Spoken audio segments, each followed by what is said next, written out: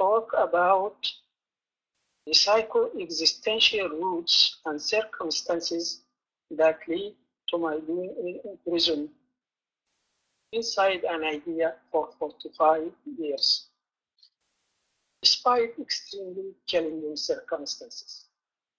For now, let us consider our topic, life's physical intelligent guiding principle. Is it possible within the domain of ordinary physics, present-day standard physics, to claim that life has physical intelligent guiding principle? Of course, the answer is a big no. Why? Because the life's physical intelligent guiding principle necessitates broadening the ontological foundation of contemporary physical theory, by which I mean discovery of physical properties and laws that distinguish life from non-life, and which are irreducible to ordinary physics. Thus, we may speak about holistic physics or generalized physics. Technically, for reasons to be revealed, I call the new hypothesis quantum information biology. Quantum information biology is the study of biosystems as spontaneous, self-organizing dynamical systems. Quantum information biology bridges the gap between physics and biology and reveals the fundamental laws that describe biotic evolution and development. It reveals the life's physical intelligent guiding. To clarify this vision, let us formulate the problem. I guess all of us here, for now, know that physics has fundamental laws. Laws of classical mechanics, laws of thermodynamics, laws of electromagnetism, laws of quantum mechanics, etc. These laws have some features. They are true, meaning at least within their regime of validity, there are no repeatable contradicting observations. They are universal, meaning that they appear to apply everywhere in the universe. They are simple, meaning that they are usually expressed in terms of a single mathematical equation. They are absolute, meaning that nothing in the universe appears to affect them. Does biology have similar laws? The answer is no. These physical laws have another interesting feature.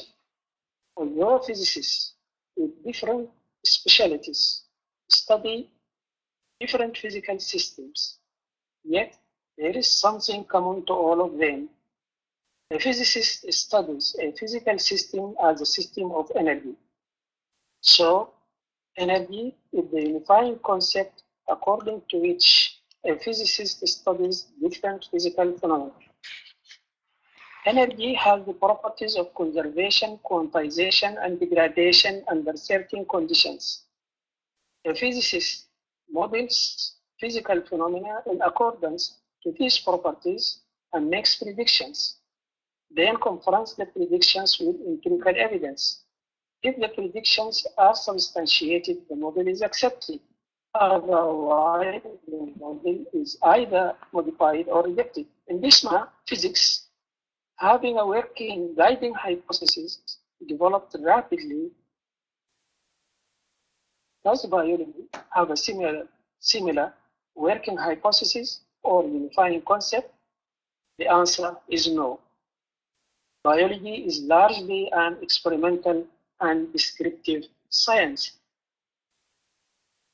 So, what should we do? Can we borrow the concept of energy from physics?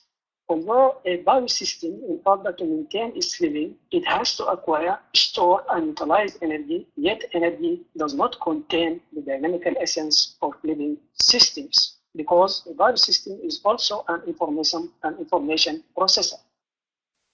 On the other hand, information does not contain the dynamical essence of biosystems, because Shannon type of information, being a measure of improbability, measures static complexity, while biocomplexity is developmental and functional.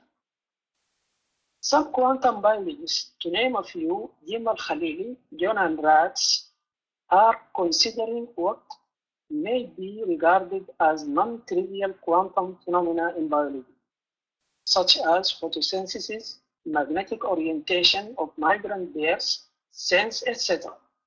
However, quantum mechanics describes the evolution of microscopic delocalized objects, that is to say, objects subject to the wave function. Such objects, under certain conditions, exhibit coherence, which is the collective cooperation of a large number of particles in a single quantum state. In this regard, living systems are macroscopic, localized, decoherent objects which operate beyond the realm of quantum mechanics. This is why Paul Davies emphasized, if quantum mechanics is to play a non-trivial role in biosystems, then some way to sustain quantum coherence, at least for biochemically, if not biologically significant time scales, must be found. Without this crucial step, quantum biology is dead. Dr. Elsheikh, be sure to tell me now, I was at slide number 3. Oh, yeah, I am now in the preliminaries, slide number 2. Okay. Just tell me when to switch the slides. Okay, yeah. Moreover, H. Packy argued if living matter is exactly the same as non-living matter with respect to description by physical laws, then this does not answer the obvious question of why living matter is so conspicuously different from non-living matter. Certain authors regard these difficulties, which obstruct an explanation of the nature of life and its evolution, a decisive refutation of naturalism. Hence, they call for an intelligent designer. A refutation of what again? Sorry? Refutation of? Yes, refutation of naturalism. Oh, of naturalism. Yes, of naturalism. Hence, they call for an intelligent designer. Leah Doniski. Royal Truman challenged naturalists to demonstrate where does information come from in the first place. And secondly, how could it increase over time? Doniski says, natural causes are in principle incapable of explaining the origin of complex specified information.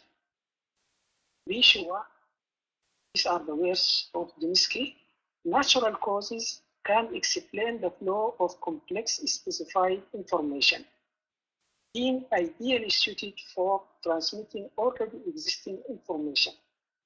What natural causes could not do, however, is originate complex specified information.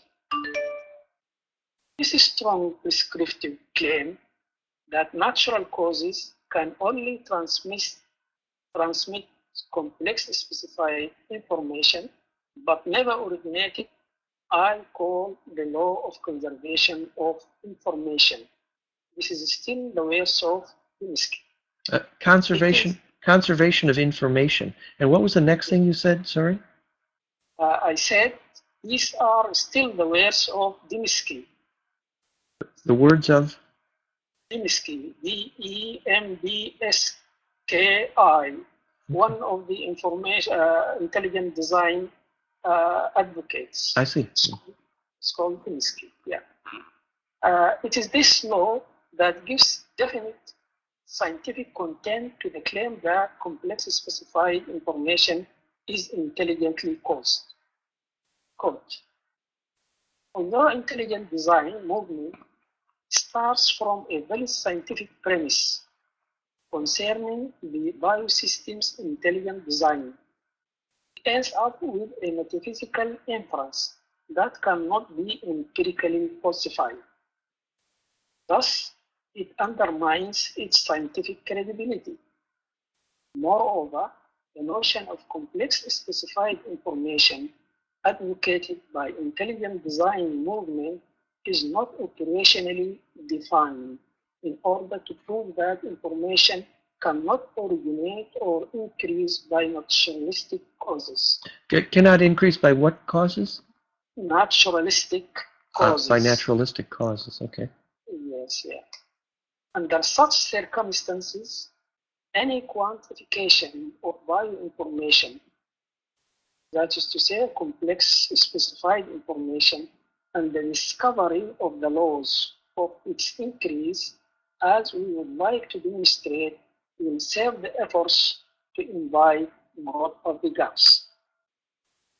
To overcome these difficulties concerning the nature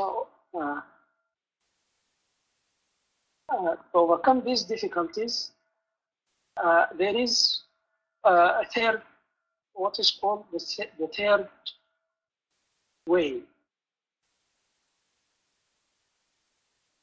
This is problem from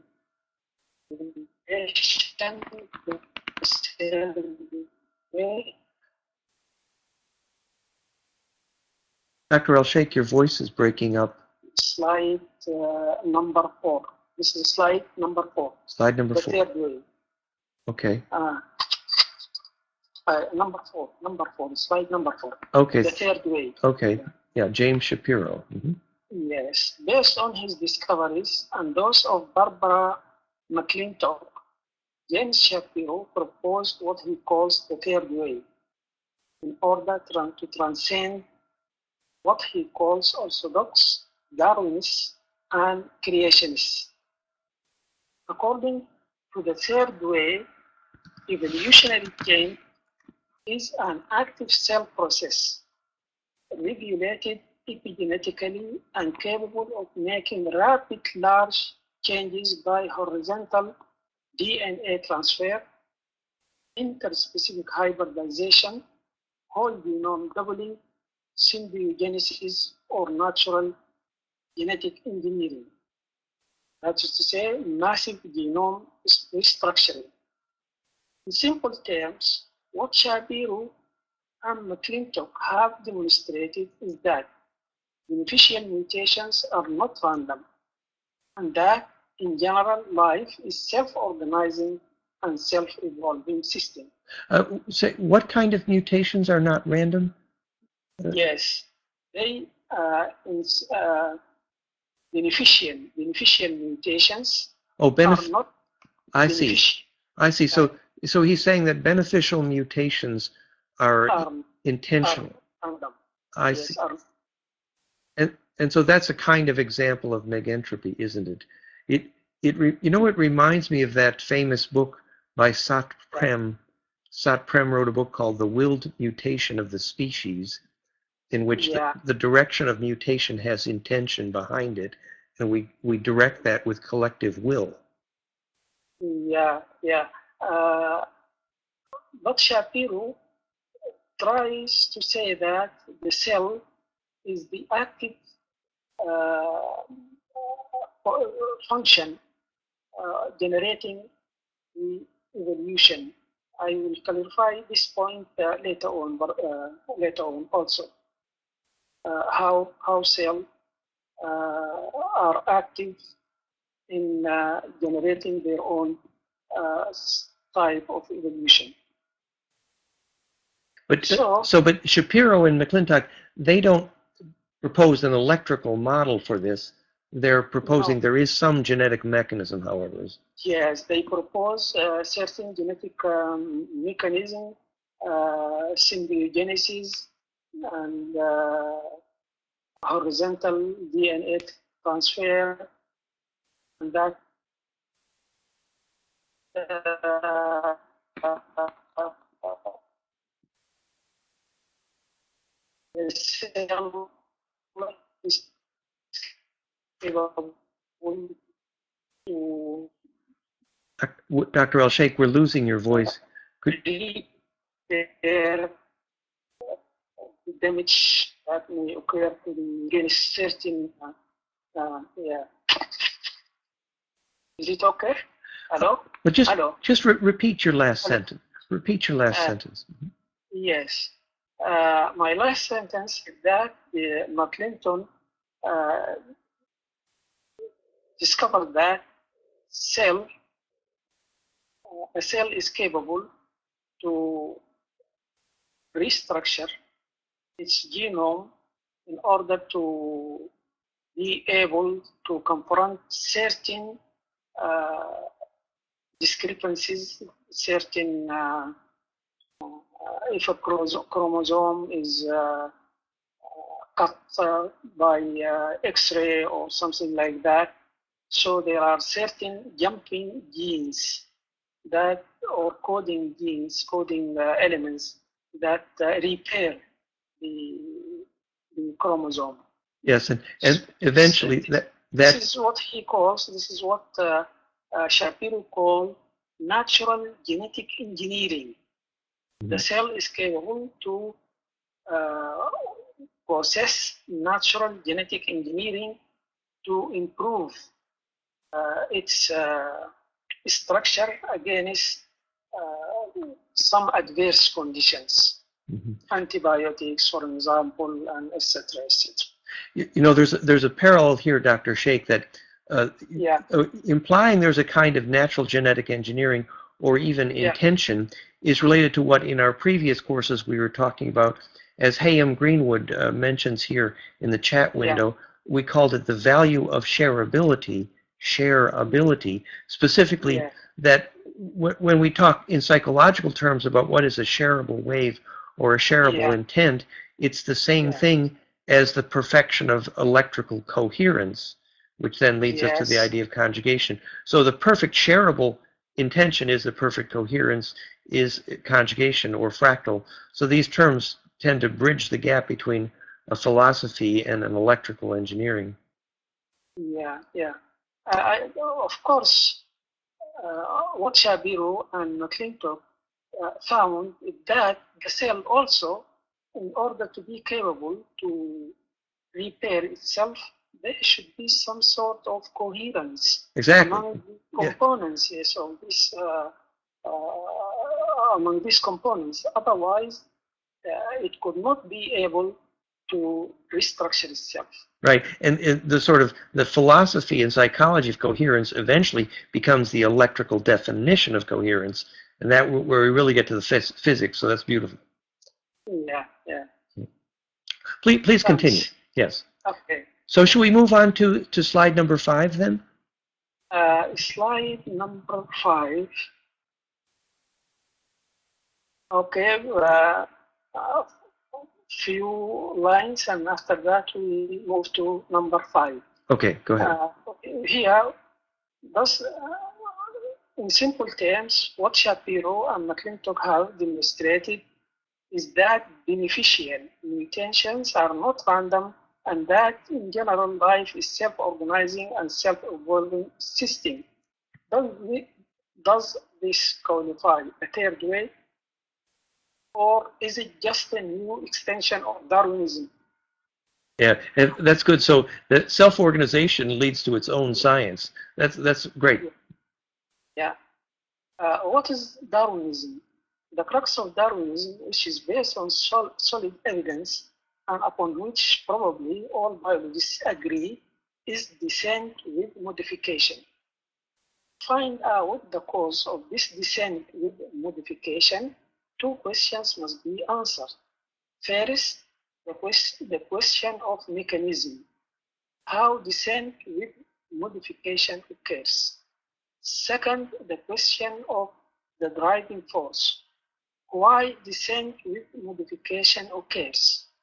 Neo-Darwinism answered these questions by assuming natural selection acting on random mutational changes. But as Hugo Davis indicates, natural selection explains the survival of the fittest, not the arrival of the fittest. Now Shapiro and Barbara contribute to how the fittest arrives. By doing so, an important component of new Darwinism mechanism is accomplished in order to explain how evolution occurs. What remains is to answer the question why evolution occurs.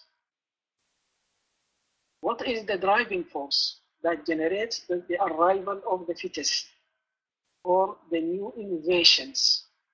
There is only one answer to this question on naturalistic basis, that there should be a life organizing principle or evolution intelligent guiding principle, which is the subject matter of quantum information biology.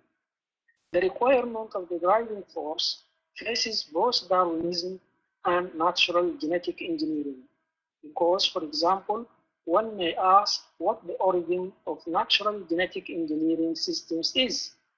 So by revealing the driving force, the life organizing principle, we may have, instead of modern synthesis, what we may call the grand synthesis, which is the synthesis of modern synthesis, natural genetic engineering, and quantum information biology.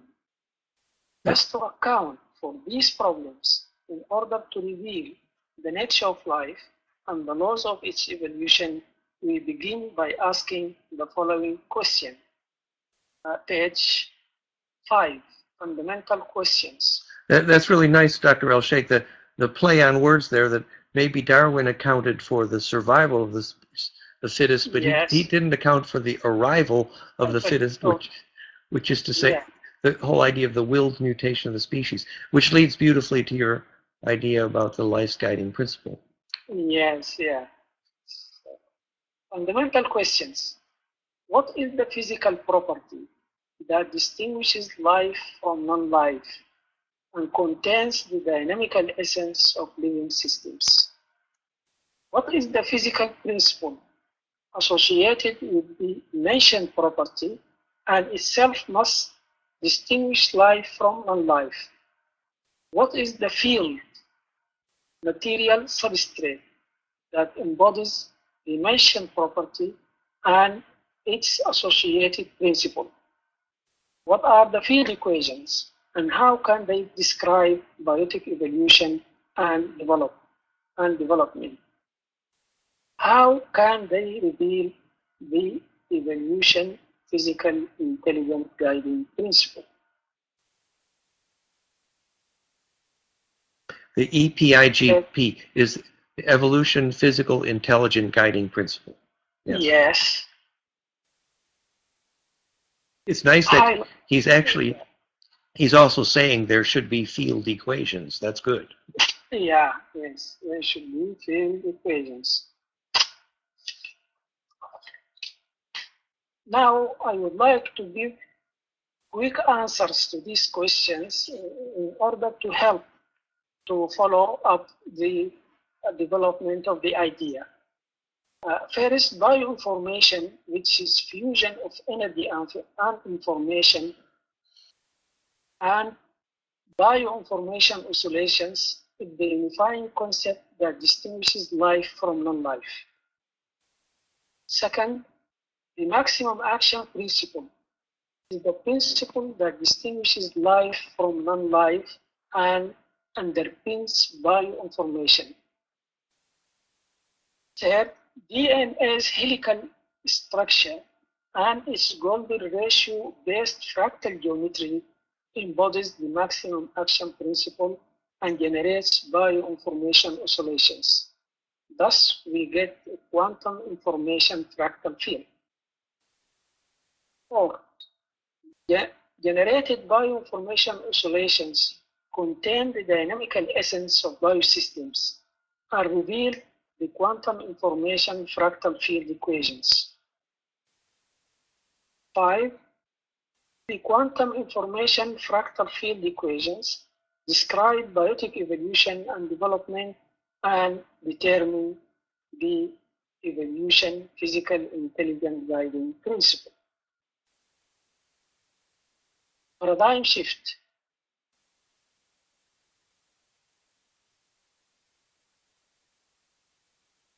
So if the fractal field principle is what's behind self-organization here, that points to the need for a kind of actual wave geometry and electrical geometry, which is going. Definitely, so that we can identify the law of motion of the system. Slide 8, information. The first concept or notion that needs to be developed in order to suit living systems is the notion of information. I distinguish between genome physical information, which is a measure of genome static physical complexity in bytes, and genome's bioinformation, a measure of genome's biocomplexity, which is developmental and functional. So there is a difference between genome physical information and genome bioinformation.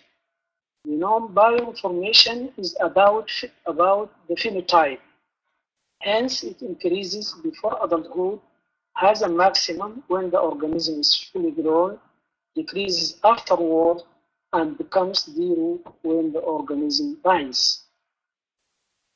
Unicellular organisms, bioinformation oscillations generated by the genome through successive generations. So, in defining bioinformation in terms of the phenotype, then we are going to find that this bioinformation increases as the organism grows up, has a maximum when it is adult, and then decreases afterwards. If we consider this same organism for successive generations, let us say a unicellular organism, then we shall have a periodic function of time. This periodic function, which describes the bioinformation oscillations, is regarded as the basic concept of bioinformation that characterize living systems. I missed that word, the dysparitic. I didn't hear the dysparitic function of time. What was it? Periodic. Oh, periodic. I see, the periodic function of time, which we have resolved to the time interval Planck time, actually, which is the fundamental there. Mm-hmm. Due to the division of the, for example, unicellular organism, when it divides for successive generations, so its bioinformation will generate a periodic function of time. Periodic, yes, I see. Periodic function of time. Mm-hmm. After the information least action principle. According to the least action principle, a conservative system moves along the path for which the action is minimum. This means the spontaneous motion of the system is to minimize action. In general, a maximum action principle must allow a system to follow spontaneously a path of maximum action, as in embryogenesis and morphogenesis. What was the word? What was the word before morphogenesis? Embryogenesis, from embryo. Oh, embryogenesis. Embryogenesis. Okay. Yes. Sorry. And morphogenesis. This phenomena reflects that as the organism grows, its bioinformation increases, and in line with the maximum action principle. So without the maximum action principle, physics will remain forever blind to comprehend life phenomena. I will explain further this maximum action principle and supported by experimental data. Eventually, perhaps the concept of maximum action principle will be linked to Yeah. the concept of perfected path for perfected compression. Yes, and it is linked also to the implosion and Yes, perfect. Exactly. yes, of the waves and charts in the DNA. They follow a path of maximum action. Yes, so that's why implosion is so closely associated with will and intent, and obviously perfected maximum action. So they're electrically linked. It's a beautiful thought. Thank you. So, DNA fractal nature. Dan Winter, a pioneer on golden ratio in physics, asserts that golden ratio fractality is a condition of recursive constructive interference.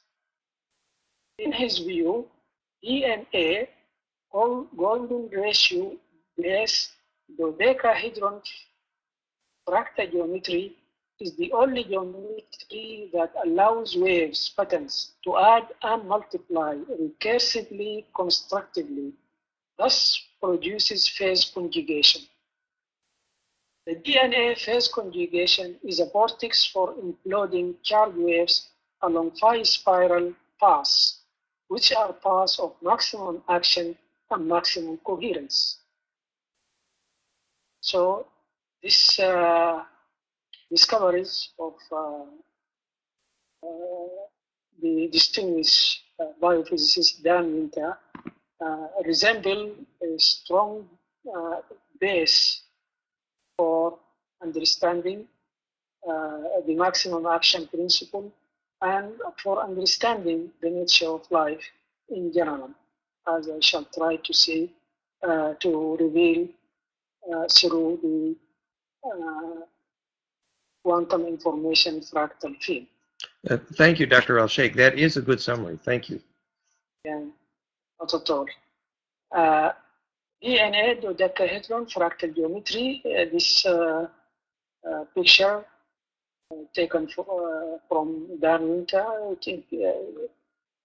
It reveals how the dodecahedron structure is fractal, and this fractality is based on the golden ratio. Perfected recursion, perfected embedding, and therefore perfected compression, which becomes implosive. Exactly. Thank you. Yes. Precisely. Yeah. Path of maximum action. Phi spiral is the path of maximum action. When pure sine waves with wavelengths of 1 over pi, 1, phi, phi squared, phi cubed, etc., are added together, they will form a perfect phi spiral. But as we notice that in this phi spiral, the wavelengths shortens and the frequency increases. The increase of frequency based on Planck's law increases the energy. So this is a path of increasing energy since it is a path of increasing frequency. So for this reason, we call it a path of maximum action. Phi spirals and phase conjugation, these are also taken from Dan Winter, which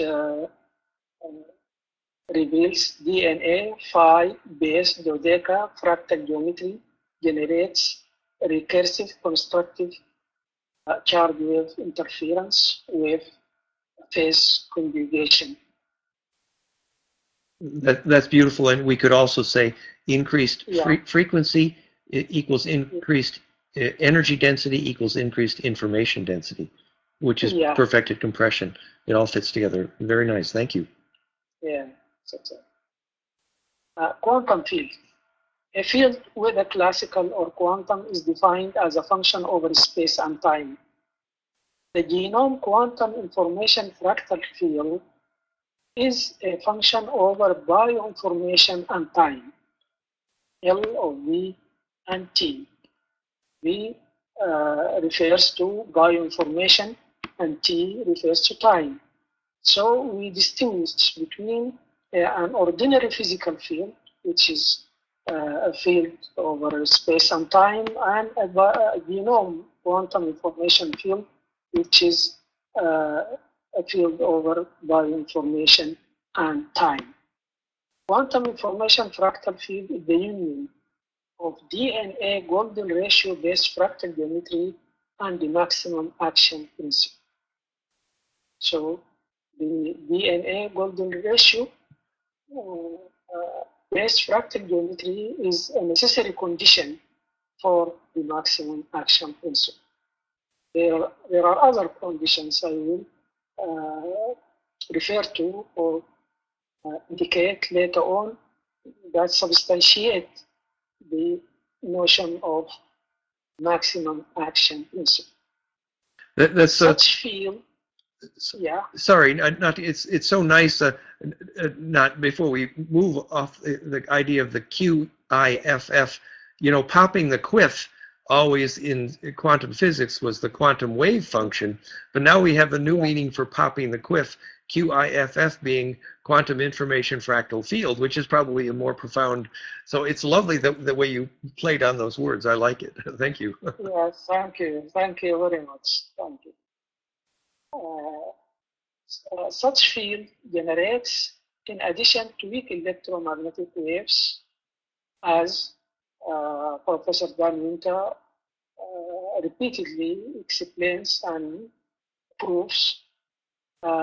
In addition to these electromagnetic waves, also this field generates self-sustained bioinformation oscillations for successive generations. Quantum information fractal field is a nested hierarchy of periodic bioinformation attractors, over which a biosystem develops or evolves. That is to say, holistic field of downward causation. This is a very important and very interesting result, which I am going to clarify concerning the nested hierarchy of periodic bioinformation attractors, which reverse the linear causality, the usual linear causality dominant in ordinary physics, to some sort of reciprocal causality, according to which the system as a whole influence its parts. In ordinary physics, causality affects from, it is called upward causation. Here, we have a new type of field in which there is downward causation. The whole effect is sparse, and this is what Shapiro and McClintock have been able to demonstrate, that the cell as a whole restructures the genome. This cannot be happening unless there is some sort of downward causation. This downward causation will appear when we have a nested hierarchy of bioinformation attractors. And the word downward there, does that imply implosive, negentropic, or also the idea that perfect embedding is another way of talking about how you make a grand attractor? That language always all fits together so nicely. Thank you. Yeah, thanks. Postulates. Definition 1. We are on page 16. Okay, yes. So we just did quantum information fractal field hypothesis as a heading, and now we're on 16. Fine, yes. Yeah. Definition 1. A genome or genome pool is a quantum information fractal field. Postulates. The quantum information fractal field generates, in addition to weak electromagnetic waves, self-sustained bioinformation oscillations through successive generations. Second, the bioinformation oscillations contain the dynamical essence of the living system. Third, the bioinformation sustains the living state. Which is another way of saying that's what makes it negentropic. Yeah, in a sense, negentropy. Negentropy, as you see, can be related to the bioinformation. The maximum action principle, which I am going to prove, is a correlation between negentropy and what I call bioinformation. It's great. It's just that it's true that if you're in an electrical engineering class and you say bioinformation, there's no field equation. Whereas negentropy in electrical engineering class, you can have an equation. It's called phase conjugate optics, for example.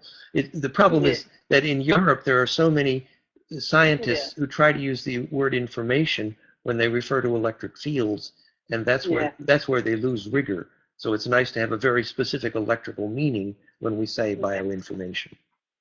Yes, and bioinformation, as I will explain after the second page, it has a very precise equation that defines bioinformation. Great. Bioinformation, IFT, the information stored in DNA and proteins is developmental functional complexity within a specific environmental context. Vitality, V of T, is the genome capacity to generate bioinformation, the capacity to generate phenotype.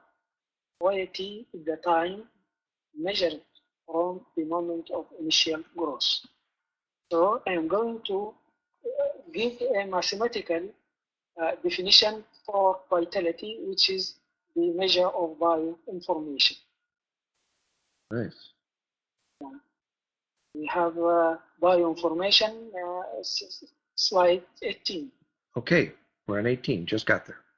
Yeah. The third postulate emphasizes that bioinformation, IFT, sustains the living state, by which we mean maintaining the system's survival.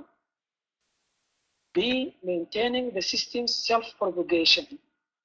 In order to maintain the system's survival, we need meta-energy growth function, E of T.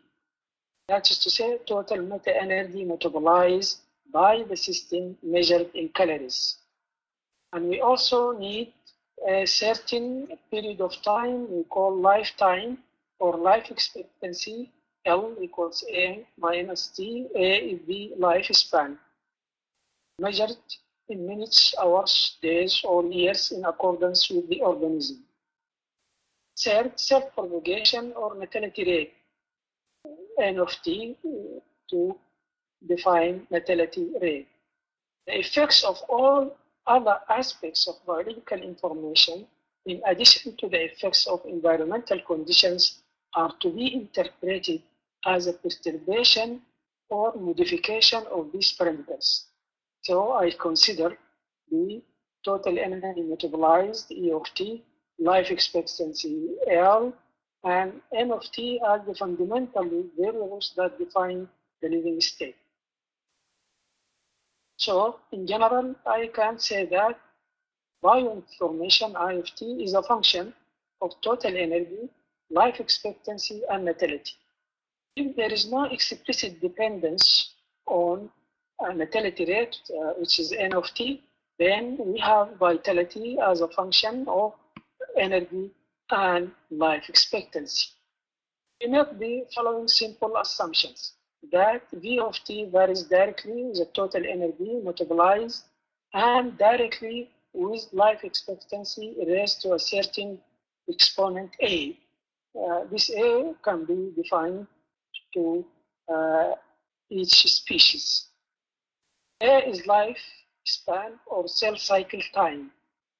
So from 1 and 2, we have vitality equals B is the proportionality.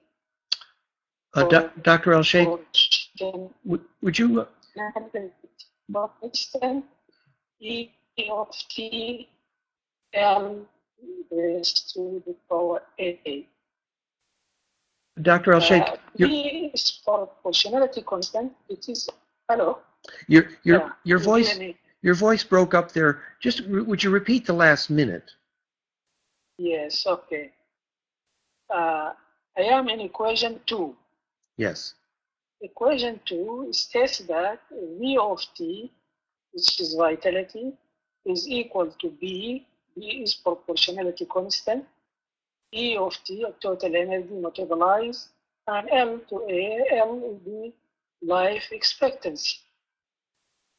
So this is the definition of vitality, which is the definition of a bioinformation, which has the property that it increases before adulthood, has a maximum when the organism is adult, decreases afterwards, and becomes zero when the organism dies.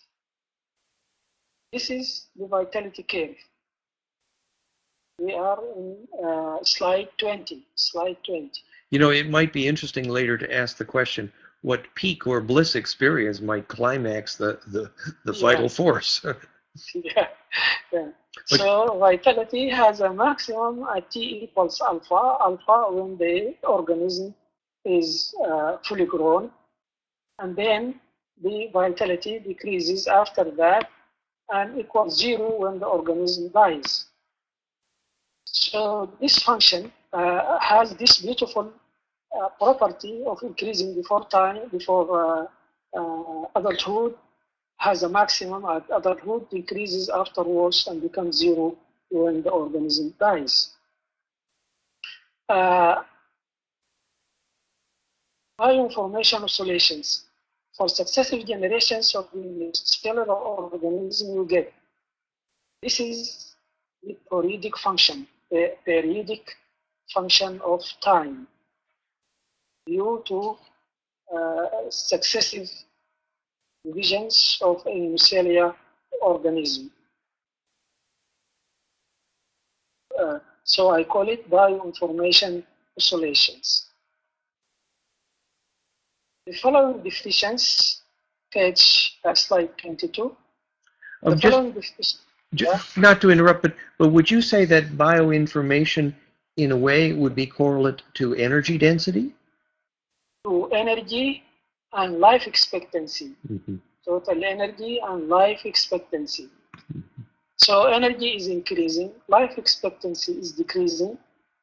So we have a parabolic function because as the energy increases, the life expectancy decreases, and that will lead to the fact that vitality becomes zero when the organism dies, because at that time its life expectancy is zero. Mm-hmm. Yeah. So the important thing here, I consider vitality or bioinformation for successive generations, whether for a unicellular organism or for a multicellular organism. For successive generations, we are going to have bioinformation oscillations. The following definitions will be useful in our subsequent considerations. What I call instantaneous total vitality, V of t, is the integral from 0 to time v of x dx. X here is a dummy variable. I have total vitality from 0 to a v of t dt. This is total vitality in the area under the curve, under the vitality curve. Then I have genome's total bioinformation from the definition of the bioinformation, total bioinformation 0 to a, and integral of v of t, which is vitality and natality. This is going to give me total vitality, equation 5, total vitality, plus total natality density function. F of NA, this is a total natality density function. So total genome total bioinformation has two important components, total vitality and total natality density function. I shall assume that this total vitality is conserved to find certain equations that define population and organism growth. Could you say a little bit about why you use the word density? Yes, this is total natality density function. The density function of the number of organisms in a certain area or in a certain region. This density, this total natality density, this is a reproductive rate, natality density. It's just useful to correlate here because the argument is often made that information density and energy density are always functionally the same thing. Yeah. So here I have the information density, which is total vitality, for example, and it has a correlation, or it has another component, which is the natality density function, the number of offsprings in a certain region. Because all this natality, if it increases, its increase is going to reduce the total vitality, and the reverse also can happen. Great. So then do we move to slide number 23 then? Is that? Yes, 23. The bioinformation periodic attractor, or the life organizing principle. We call it L. L defines the life state of an organism. This L is a function of E of T being an attribute of quantum information fractal field. We define the life state of an organism in terms of the quantum information fractal field. Second, L is a generalized Schrodinger type of system. This is another assumption because we are dealing with quantum fields, and it is appropriate to think of some sort of generalized Schrodinger type of system. 3L is a periodic functional attractor. Periodic functional attractor, we have two types for simplicity of attractors: point attractor and periodic attractor. A point attractor, like in the electric field or gravitational field, such attractor can be described by a certain differential equation called second order conservative system, while the periodic functional attractor is an attractor which is non-linear, non-conservative system, and has structural stability.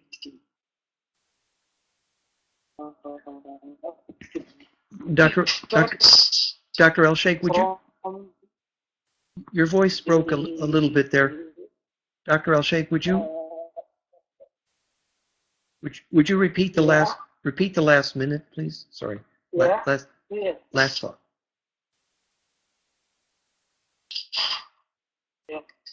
Yes. Sometimes. We're losing your sound, Dr. Elsheikh. Okay. Just repeat the last sentence. I said one of the basic assumptions for a bioinformation periodic, maybe the internet, the gap. Yeah. You hear me now? Yes. Me? Yes. Hello, is it clear? Okay. A little better. The speed of the internet may be fluctuating. Sometimes goes up, sometimes goes down. I said to find out the bioinformation periodic attractor, we need certain basic assumptions. First, this life state is a function of the quantum information fractal field. It is a function of vitality and time, or bioinformation and time. Second, it is a generalized Schrodinger type of system.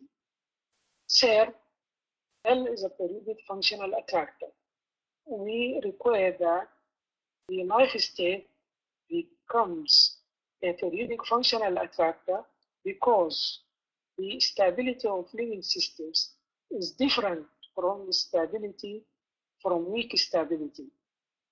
Because stability of a living system has some sort of homeostasis, meaning that if the system is disturbed, getting ill, for example, it can return again to its healthy condition. So to account for such stability, which is called dynamical stability, we need periodic functional attractor. So we shall therefore take for it the simple form L is equal to L naught E to I phi divided by D. This is some sort of generalized Schrodinger system. L G is Planck's constant analog. It is not Planck constant in magnitude. It is an analog. Has units of energy and time with different magnitude. Hear me? Off. Hello. Yes. Hear me? Yes, we can hear you. Yeah. So we have defined the life organizing principle in terms of some sort of generalized Schrodinger type of system. This is why in the phase I have I phi divided by G. G is Planck's constant analog. Phi is the phase. So I am interested to find out what is the phase of this generalized Schrodinger type of system. To identify phi, phi should have, of course, the dimensions of energy and time, as Planck constant has the dimensions of energy and time. So I put phi in terms of this value, which is energy and time, and by certain arrangement, L will be L to 0, E to I over K divided by integral of V of t dt, where K is equal to B A raised to small a G. Now from equation A, I can derive the life organizing principle as a periodic bioinformation attractor. So I can derive equation 9. Equation 9, L double dot minus V dot over V L dot plus V squared divided by K squared L equals 0.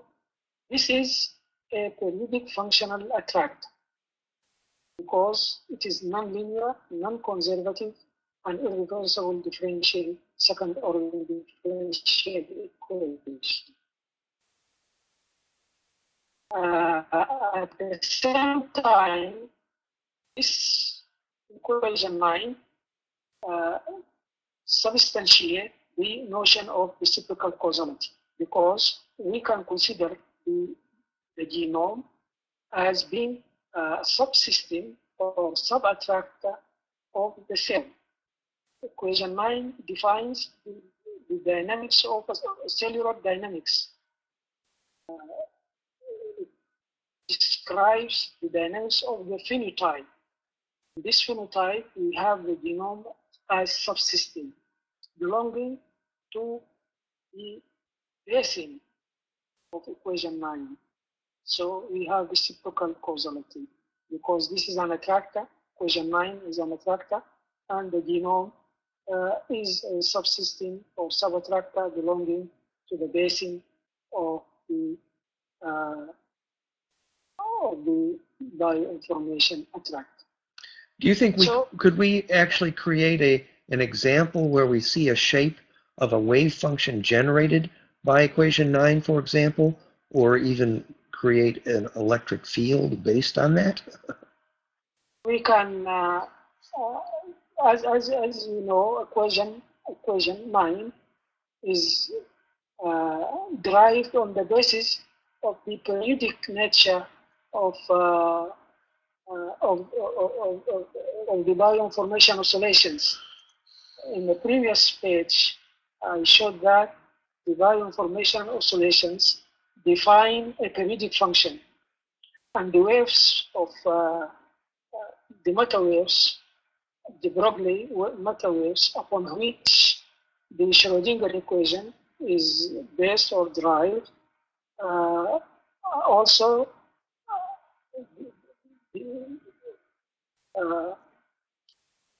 these waves, the Broglie waves, are the basis for Schrodinger equation because they are periodic function of time. Now we have bioinformation oscillations as periodic function of time, so we can express it in terms of this complex function, which is the Schrodinger type of system. So we have bioinformation oscillations. This is why we can speak about this equation. Equation 9 is based on the bioinformation oscillations.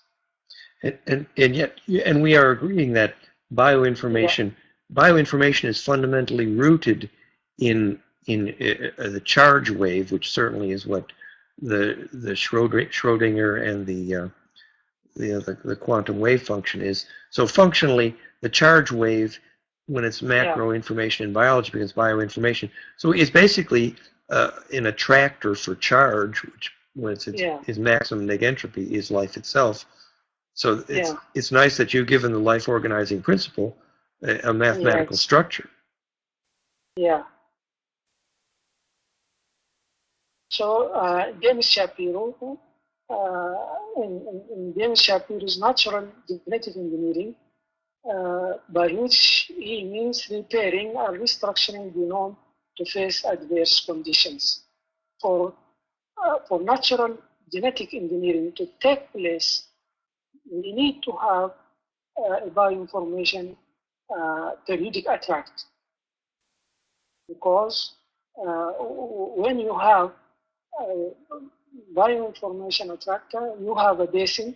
In this basin, the components or the elements that belong to the basin can be coherent and cooperate constructively. Which might be parallel to saying that if there is some electrical understanding of what makes life self-organizing, and if that was specific enough, then genetic engineers might know what a soul is and might be able, therefore, to define success without actually fractionating our gene pool. Yeah.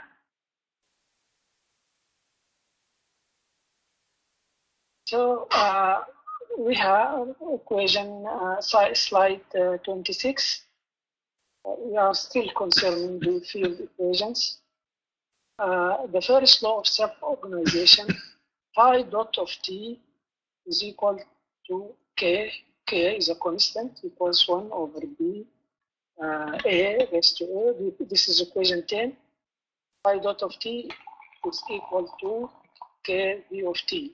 Phi dot t and phi is the action. Phi dot is the rate of change of action. The rate of change of action is negentropy. The rate of change of action is negentropy. So negentropy is correlated to the bioinformation. As an organism, for example, grows, its negentropy increases, then its bioinformation also increases. So the first law of self-organization correlates negentropy as rate of change of action and the bioinformation of the system. Bioinformation, as I said, it is the fusion or the union of of energy and information. So we can put phi of t, which is the action of the system, to be equals k v of t, and v of a, which is a total vitality, equation 12, is equal to the system total action times its genome physical complexity, which is b, times a, which is the lifespan. This is a very important equation in the field equations. It can be defined in terms of the dimensions of action, information, and time. Equation 10, as I said, it defines the maximum action principle because it shows that the rate of change of action increases as the vitality increases. And say again how you related the rate of change of action to negentropy? Yes, because phi of t is the action. Phi of t is the action. Action is total energy multiplied by the system times time. This is action. The phi dot, which is the rate of change of action, is equal to total energy multiplied. The total energy multiplied by the system is its negentropy. Because total energy in itself. Yes, total energy multiplied by the system represents its negentropy. Right. Which is this is how Schrödinger actually defines negentropy in his life. So total energy metabolized in a way is related to total information processed, and as that maximizes, that means you've actually imploded information, which is, say, sequestered energy and information. So that's negentropic, I suppose. Yes, yes. So they are correlated, the information and the negentropy. Mm-hmm. And if you look at that in wave mechanics, you arrive ultimately at phase conjugation or a fractal implosion, which is what puts it all together. So yes.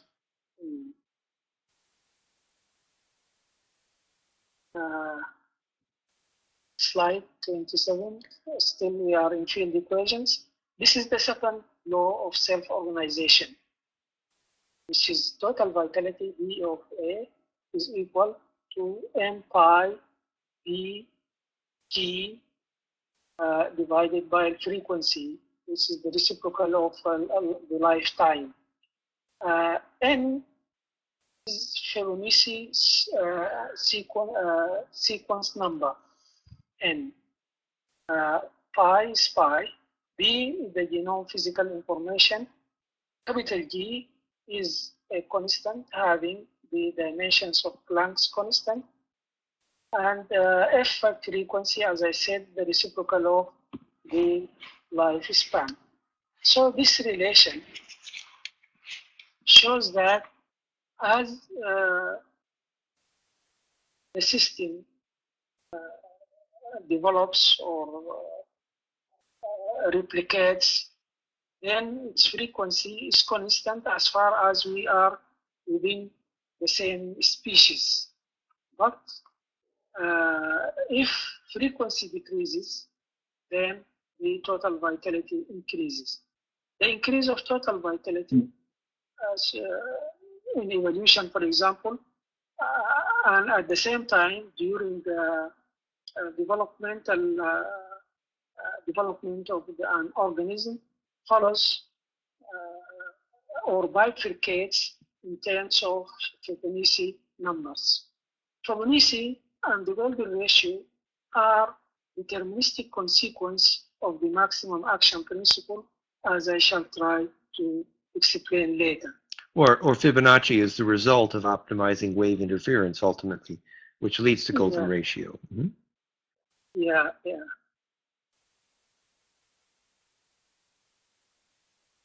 Note, while V of t measures biocomplexity, V of t measures biocomplexity, which is the bioinformation as a measure of biocomplexity.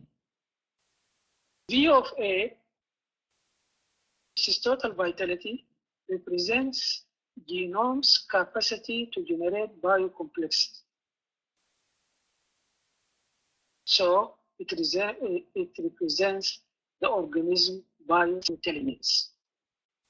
So there is a correlation, or there is a relation between total vitality, which is the genome's capacity to generate biocomplexity, and biointelligence. Meaning we can define biointelligence as being the capacity to generate biocomplexity.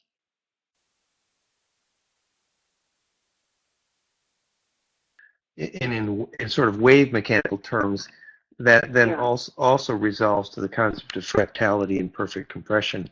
Again, we're always balancing this idea of an electrical language, which is basically charge compression, with an informational language. We always have to remember that bioinformation, that language ultimately is grounded in electrical language. Yeah. Field equations here, slide 28, conservation of genome total bioinformation. This is the total bioinformation I spoke about before. Here U of t is total vitality, and here Z of n of t is the total natality density function.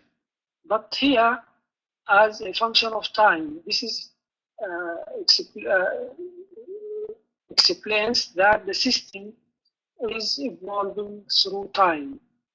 So that is total bioinformation is equal to its total vitality, which is also a function of time through successive generations, and its natality, total natality density function also is a function of time. I assume that this is equal to constant. If we assume that the total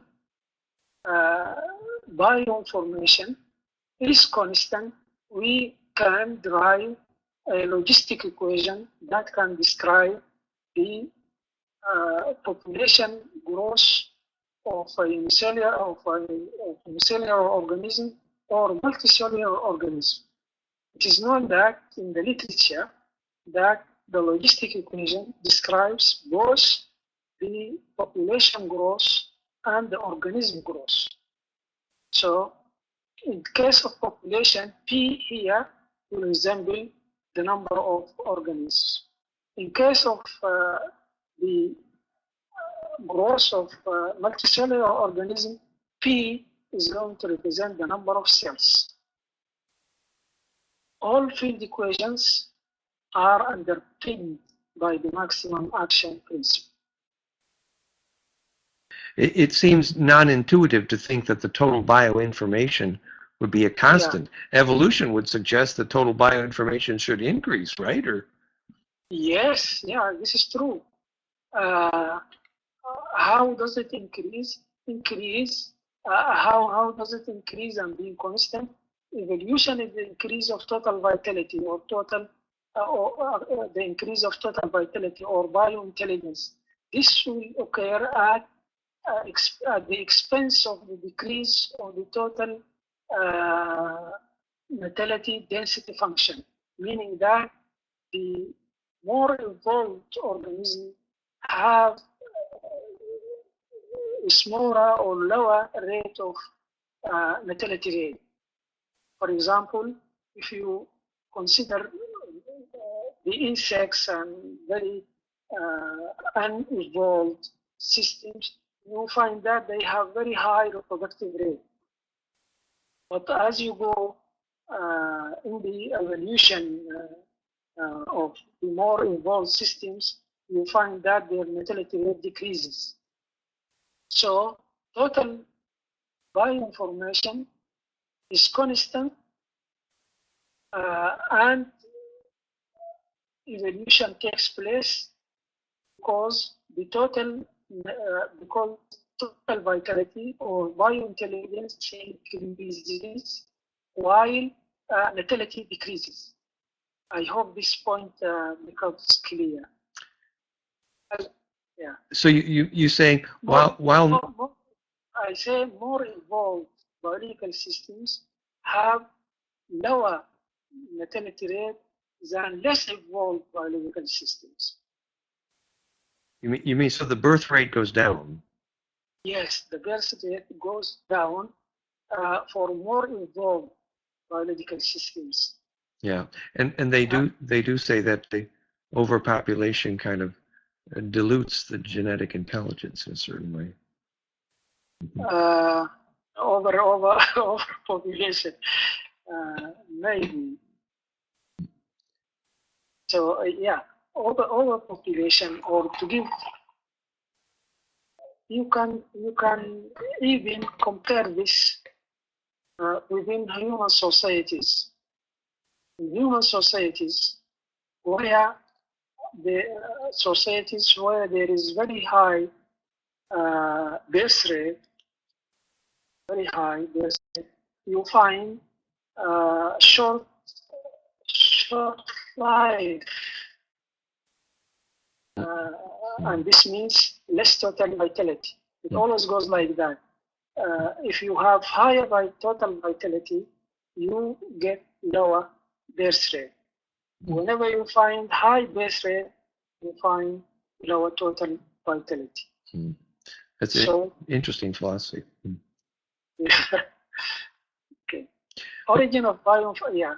Have you a question? No, we should proceed. We're going to run out of time. Please go ahead. Okay. Origin of bioinformation. Origination of bioinformation necessitates the following conditions. First, sequential arrangement of DNA nucleotides along a path of maximum action. This condition is satisfied by the DNA helical and Golgi ratio-based fractal geometry. Second, sequential arrangement of DNA nucleotides along a path of maximum bioinformation. This condition necessitates assigning bioinformation, which is energy times information, weights to the different nucleotides in order to reveal the bioinformation code syntax, which is embedded and hidden inside the standard code. I think if we assign bioinformation weights to the different nucleotides, this is going to give rise to what I call bioinformation code.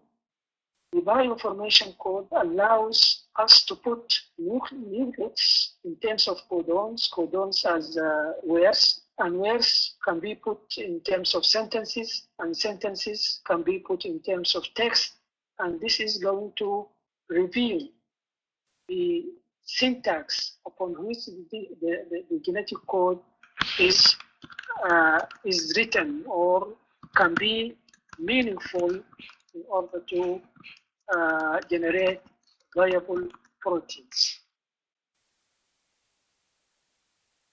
Yeah, there was a famous book about that called Grammatical Man, Information, Entropy, Language, and Life. Jeremy Campbell, he makes that point that the language structure of the DNA is based on embedding and decoding. Yeah. Unfortunately, I haven't read this book. I need it, actually. A Grammatical Man. It's very good, Jeremy Campbell. I'll put the link in there, too. Okay. Essential point is similar point. Yes. Definition of life. Life must satisfy the maximum action principle and bioinformation, which distinguish it from non-life. Life is a bioinformation system subject to the maximum action principle. So a system is living if phi double dot greater than 0, phi double dot of 0 greater than 0, and b of dot of 0 greater than 0.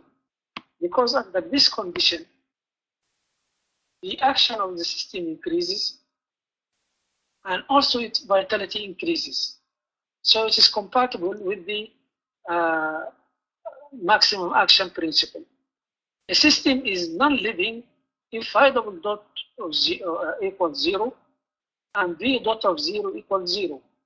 If phi double dot of 0 equals 0, this means the energy, total energy of the system is constant. It doesn't increase. V dot of 0 equals 0 means the system does not metabolize. The system with these two conditions is dead. So the maximum action principle gives us the opportunity to define life. In a way, maximum action, in a way, Yeah. becomes parallel to the concept of negentropy itself, ultimately. Yes, because as I said before, phi dot is negentropy actually. Mm-hmm. A system with a phi double dot of 0 is equal to 0. This means the negentropy of the system is 0. It doesn't increase. It has Mm-hmm. just a constant total energy. Mm-hmm. So slide 31 then? Yes, 31. Ontogenetic development. The bioinformation attractor, cellular differentiation. The bioinformation attractor, let us consider a growing multicellular organism. This multicellular organism starts as one cell called the zygote, which divides successively till it reaches stages of cellular differentiation. So it starts as a bioinformation periodic attractor and then differentiates. Its differentiation or bifurcation is based on the second law, and that will generate what we call development ontology tree. The first law, multicellular organism nested hierarchy. Here I am trying to explain that, or to clarify that the development, the growth and development of an organism, multicellular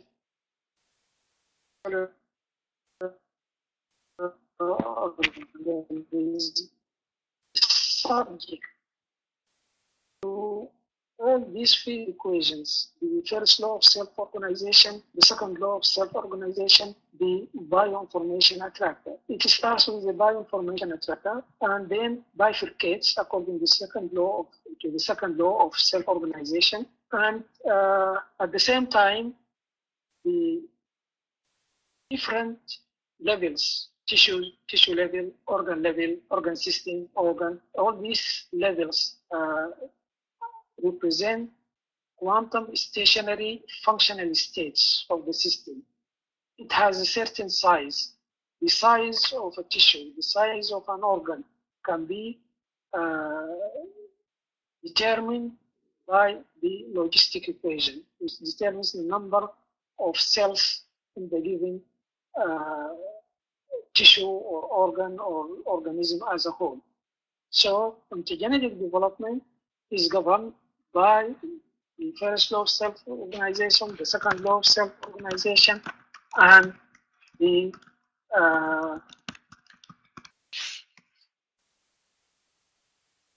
here we have slide 32.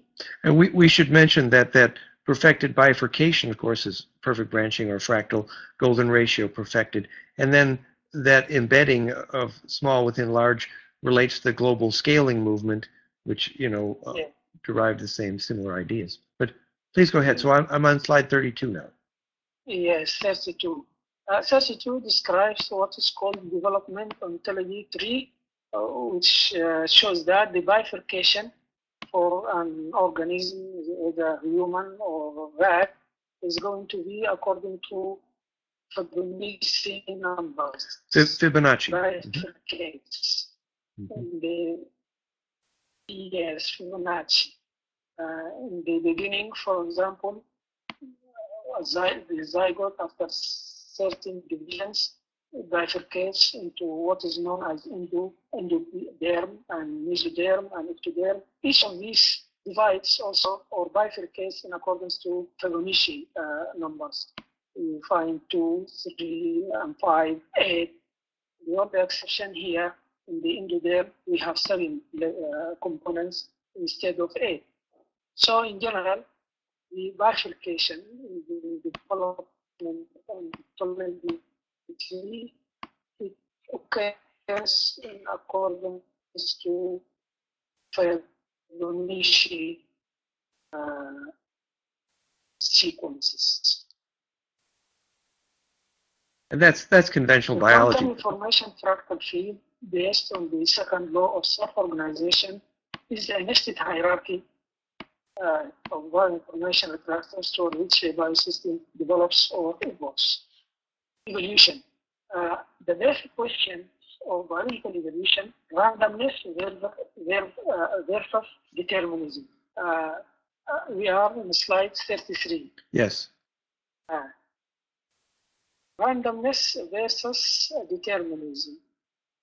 As I said earlier, randomness is rejected by the work of Barbara McClinton and James Shapiro. They showed that the mutational changes are not random.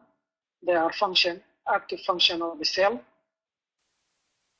So there is determinism supported by the quantum information biology that there is a law for the evolution of biological systems. Gradualism versus functionalism, also the work of Shapiro and Barbara showed that in addition to various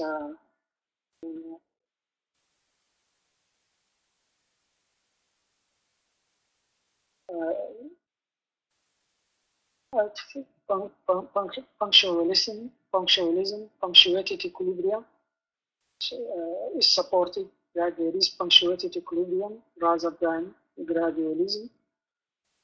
Ladder versus tree.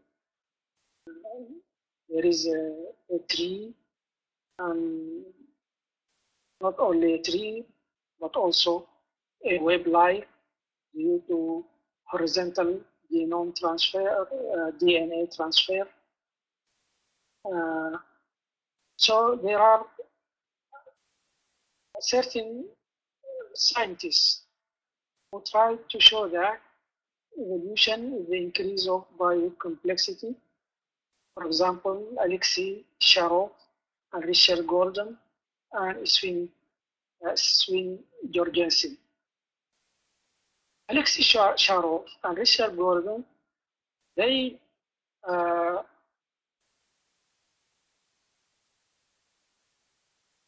study genome physical information, and they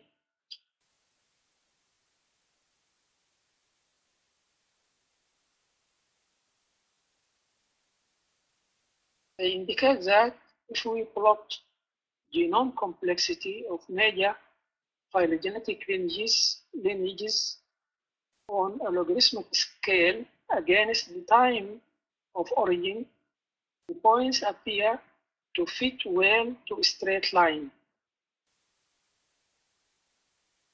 That is to say, genome complexity increased exponentially and doubled about every 376 million years.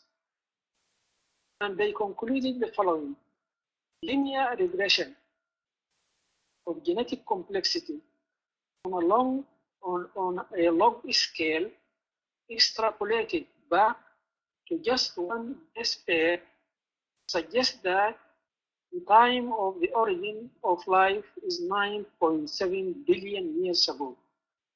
Since the age of the Earth is 4.5 billion years, life could not have originated on Earth, contrary to the widely accepted view. So why this happened? This is happening because Alexei Sharov and Richard Gordon based their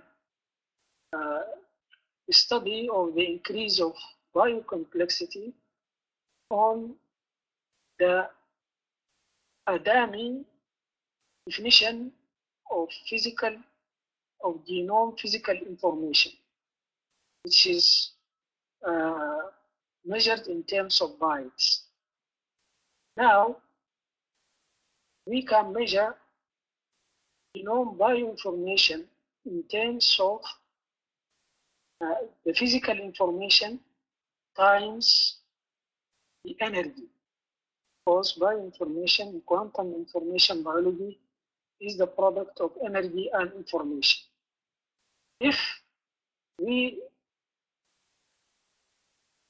describe biological evolution in terms of bioinformation as a product of energy and information, then we make the same plot as Sharov and Gordon did. We are going to have a new straight line with a greater slope than the slope defined or plotted by Gordon and Sharov. So you're going from slide 34 to 35 now? Or? Now I am still in 33. Still in 33, I'm going to 34. So the evolutionary progress as given by Sharov and Gordon put life 5 billion years before the beginning of the Earth or the formation of the Earth. I say this is because they based their analysis on physical information, genome physical information. I distinguish between genome physical information and genome bioinformation. Genome bioinformation is the product of energy, the energy consumed, total energy consumed by an adult organism times its physical information. So the same plot, or we can make the same plot, but at this time, or this amendment of the equation, we have energy times information. This is going to give us a straight line with a greater slope than the slope of Sharov and Gordon. This is going to squeeze the scale within the lifespan of the Earth. And this occurs because we have maximum action principle. Biological evolution is subject to the maximum action principle. Without the maximum action principle, we are going to have the beginning of life, as Gordon and Sharov did, 5 billion years before the start of the Earth. So this is a very interesting and very good support to the notion of bioinformation as a product of energy and information. In other words, without negentropy, evolution would have taken longer than the life of the Earth. Yes, that is it. That is it. We're running low on time here, so please, let's finish the slides, please. Yes, go ahead. Yeah, okay.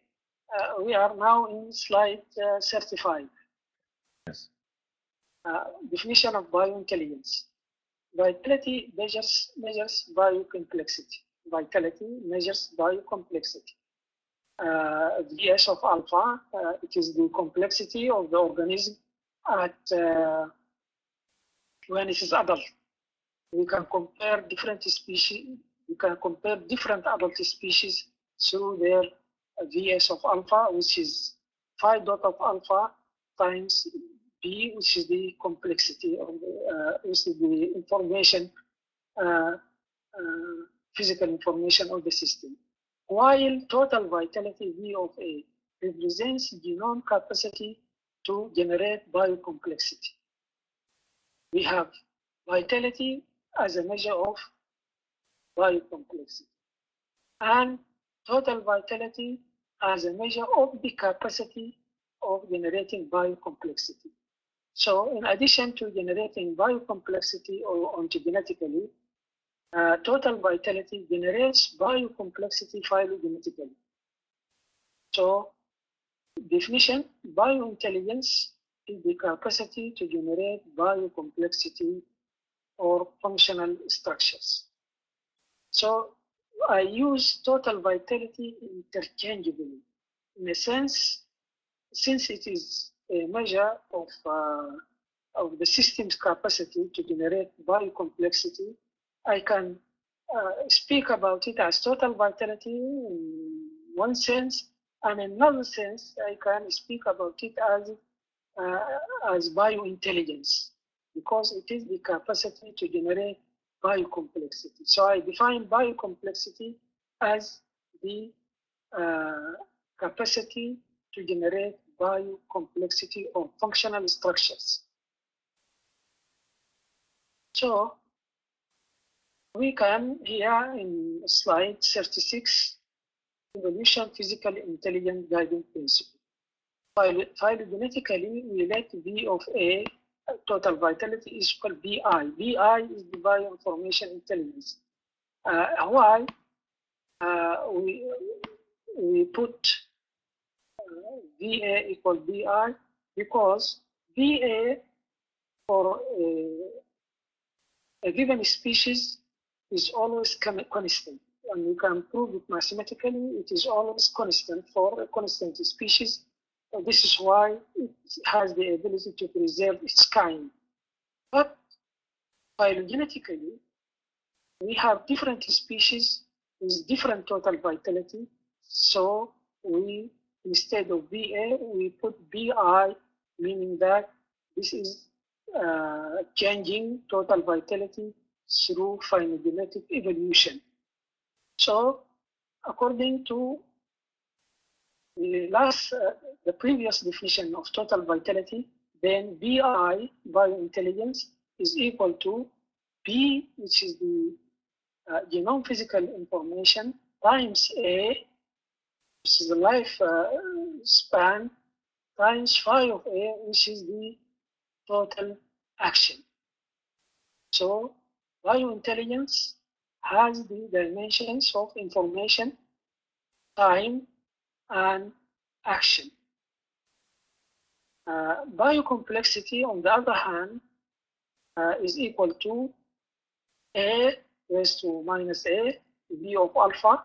This is going to be equal to phi dot of alpha, which is the negentropy, as I said before, or energy multiplies when the system is fully grown, times B, which is the physical information, the system's physical genome physical information for different species. So if nature shows simplicity, we can assume that Vs of alpha, which is the biocomplexity of different species, is proportional to the biointelligence. Or in other words, the biocomplexity of different species phylogenetically is a function of their biointelligence. We have slide 37 the work of a distinguished scientist called Sven Erik Jorgensen. He studied the biocomplexity of different species along different lineages in terms of what he calls eco-exergy density. Eco-exergy density is equal to B. This is a weighting factor based on information, beta, times 18.7 kilojoule per gram. This is the work energy per unit gram of mass, of biomass. So eco-exergy it has some sort of information, which is B, weighting function based on information, times energy. So it has correlation somehow with the what I call biocomplexity, which is energy times information. So we can again assume that eco-XRT is a function of biointelligence. The good thing here is that Jorgensen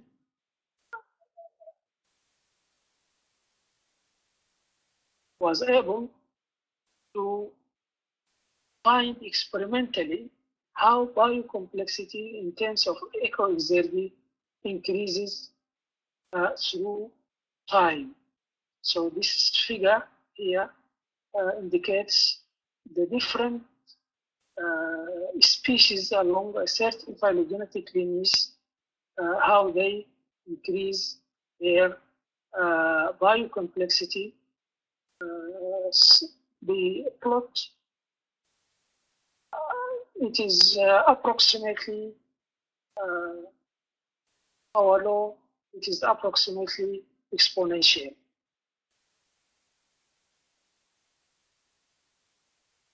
Discrete fractal tree-like structure. As I said, the second law of self-organization generates motif of tree of life, where actually the tree of life is not perfect tree, because there are sometimes what Shapiro found or established, there is some sort of horizontal DNA transfer. So we have a web, more like a web than a perfect tree. Here, no. Go ahead. We're running out of time, so let's finish, please. Go ahead. Okay. That's so, a beautiful fractal tree. Yeah. So Cambrian. Here we are in 40, slide 40. The realization that phylogenetic evolution, macroevolution, is driven by a power law distribution, the second law, may shed some light on the Cambrian explosion. Accordingly, 80% of the initial time of phylogenetic evolution contributes 20% of total vitality increase, whereas the 20% of the succeeding time contributes 80% of total vitality increase, which may account for Cambrian explosion. Now, since the Cambrian explosion started approximately 0.6 billion years ago, it means that life originated approximately 3 billion years ago. It will be interesting to see if the other academics see that too. Interesting. Yeah. Great. So let's move along. And great. So. Okay. Multi-level selection. The genome total bioinformation generates two survival components, the reproductive fitness component and biointelligence fitness component. Due to conservation of bioinformation, maximization of biointelligence takes place at the expense of reproductive rate fitness, paving the way for altruistic behavior. This is the point we spoke about earlier, that the increase of biointelligence or total vitality leads to the decrease of natality rate. Major transitions, prokaryotic cells to eukaryotic cells, from unicellular to multicellular organism, and from solitary organism to colonies. The major transitions leads to the increase of altruistic behavior. Extending new Darwinism theory, accommodating a new fitness component substantiate the theory of multi-level selection. Wilson and Wilson says selfishness beats altruism within groups, and altruistic groups beat selfish groups. That's kind of rich. Origin of human intelligence. Evolution grand synthesis. This is 43, slide 43. The grand synthesis. Natural selection explains the survival of the fittest. Natural selection explains the survival of the fittest. Natural genetic engineering explains the fittest arrives, how the fittest arrives. Evolutionary change is a cell-active process. Quantum information biology reveals the driving force that generates the fittest. The grand synthesis is the synthesis of modern synthesis, natural genetic engineering, and quantum information biology. The grand synthesis discards the notion of random, undirected evolutionary change. So this should be some sort of brief summary to the life intelligent guiding principle based on a new understanding of new Darwinism, accepting natural genetic engineering instead of the randomness of mutations in the standard modern synthesis, and then having established this mechanism for evolution, which contains natural and genetic engineering and natural selection, plus the maximum action principle as a driving force. So we can answer those questions of how and why evolution occurs. It's kind of like a geometry of the possibility of the intention. Uh-huh. Well, that's beautiful. So I can go on to speak about generalized complementarity, but I think have we some few minutes? Well, the thing is, we really have to do this again because sadly the audio quality was limited, that you were not able to sign on to learn it live. But it's been a great start, and then we had a time problem since we didn't get started till late. So, I think people have access to your slideshow here, and we'll create another video. And okay, we really want to. I hope so. We really want to thank you. We want to encourage people to go to lifeprinciple.com, and we'll share this film, and we'll promise that next time we're going to create better audio. We're sorry about that. Yes, okay. I am really sorry, actually. And next time we will have ample time to resolve these little problems that hindered me from giving this presentation in a good manner. But I'm really sorry for that. But it's really wonderful that you are able to come to conclusion, to actually create a specific descriptive geometry to describe in more detail the evolution of biological intent with field equations, etc. It's really quite amazing. Dr. Elsheikh, there's a quick question for you. Do you have a Facebook page for contact? Yes, I have a Facebook. Great. I have a Facebook. Yes. Great. Maybe you want to type that in here, or I can put it at the top of lifeprinciple.com as well. Yes, okay. It's nice. So everyone here, thanks you very much, and let's stay in touch, and we'll find ways to propagate your message. It's so complimentary about the fractal field and negentropy. Yes, yeah. Everyone's present is saying thank you very much. So please send in my sincere thankfulness and regret, and I'm really sorry for not being able to produce this presentation in a good manner. But I hope next time I will overcome all these problems. And it's really a great dream that Dr. Elsheikh has held. And lifeprinciple.com has all his amazing papers.